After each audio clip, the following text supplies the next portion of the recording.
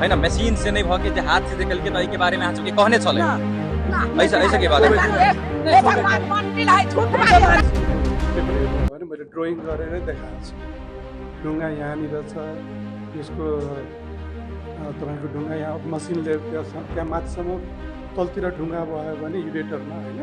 यो तलतिर त मसिनले नै पुग्छ हामीसँग लेजर छैन लेजर भएको गर्न सकिन्छ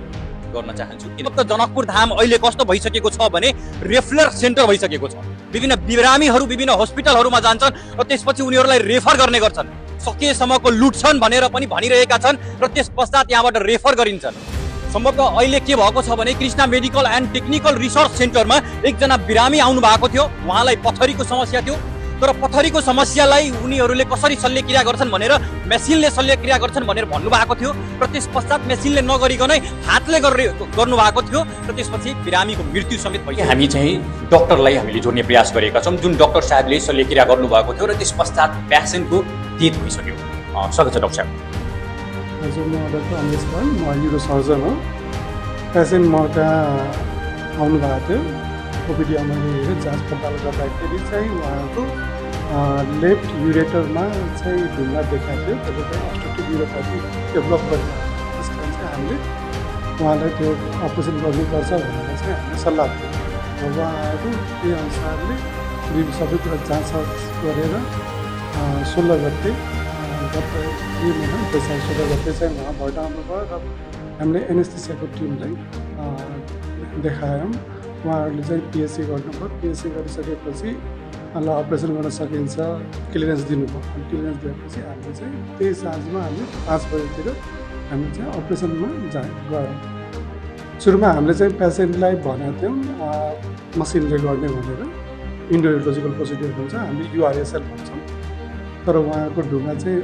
धेरै नै माथि भएको हुनाले त्यो मसिन त्यहाँसम्म पुग्ने अवस्था थिएन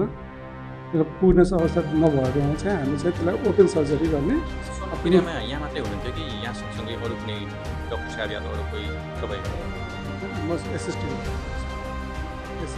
थिएँ दुईजना एसिस्टेन्ट थिएँ अनि एनेस्थेसियोलोजिस्ट हुनुहुन्थ्यो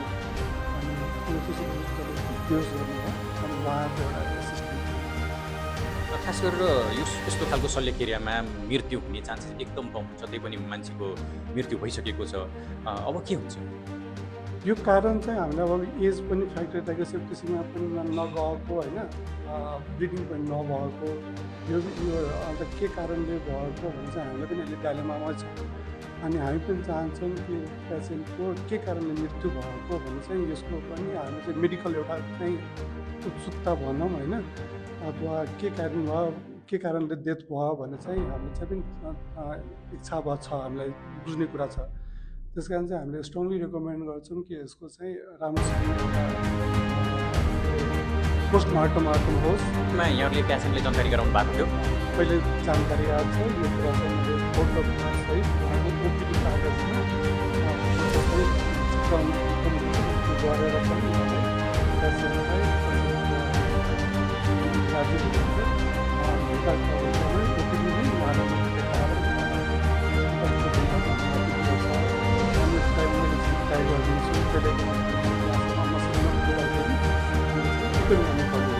उहाँको 16 गते हामीले अपरेसन गऱ्यौँ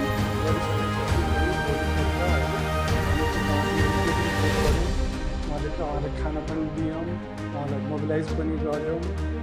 इभन कि हिजो राति 11:30 बजीसम्म पनि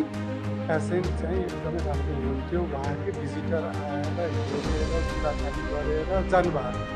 पेसेन्टको मृत्यु कति बजी भयो पेसेन्टको मृत्यु मलाई जानकारी आएको मलाई म पनि 4 बजेतिर मलाई जानकारी भयो अनि म घरबाट आएँ अनि मलाई चाहिँ पहुँचेर सब्जी हेर्दाखेरि चाहिँ उहाँको मृत्यु भइसक्यो